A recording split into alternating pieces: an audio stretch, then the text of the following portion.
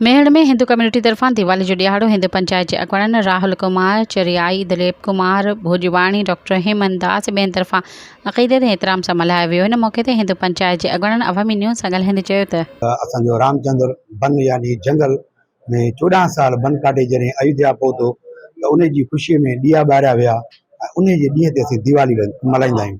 ॾींहंनि जो जेको मक़सदु हूंदो आहे त ॾीआ ॿारियो माना दिलनि खे रोशन कयो, माना जेके नफ़रतूं आहिनि असांजे पाण में उहे नफ़रतूं ख़तमु करे ॾियारी जे ॾींहं ते असां प्यार ऐं मोहबत वंडियूं ऐं प्यार ऐं मोहबत सां रहूं, हिक ॿिए सां सुठे नमूने सां हलूं। ॾियारी जो मक़सदु इहो हूंदो आहे जॾहिं श्री रामचंद्र भॻवानु आया त मन में जेके बि द्वैत हुजनि, जेके विकार हुजनि, हिक ॿिए जे लाइ ख़तमु करे श्री रामायण में इहो ई असांखे पहिरियां त मैसेज मिलियो आहे त पाण में एकता प्रेम प्यार रखो। छो जो श्री रामचंद्र भॻवान खे परशोत्तम चयो वेंदो आहे। परशोत्तम इन करे त हुनखे रहत जो ख़्यालु हो, भाउरनि जो प्यार, माता पिता जो अदब, इहे सभु ॻाल्हियूं जॾहिं उहे असां अपनायूं था त उन खां पोइ थींदी आहे लक्ष्मी पूजा, जेका असां राति जो घर वञी कंदा आहियूं।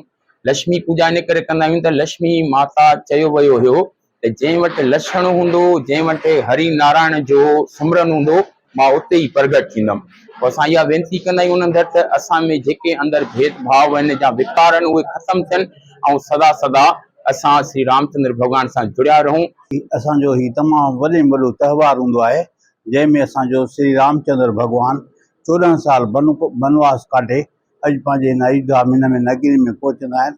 उन जी ख़ुशीअ में जेको आहे सो माण्हू जेको आहे सो ॾिया मिठाइयूं भाकुर गले में जेको आहे सो पाईंदा आहिनि ऐं इहा असां हर साल जेको आहे धाम धूम सां मल्हाईंदा आहियूं।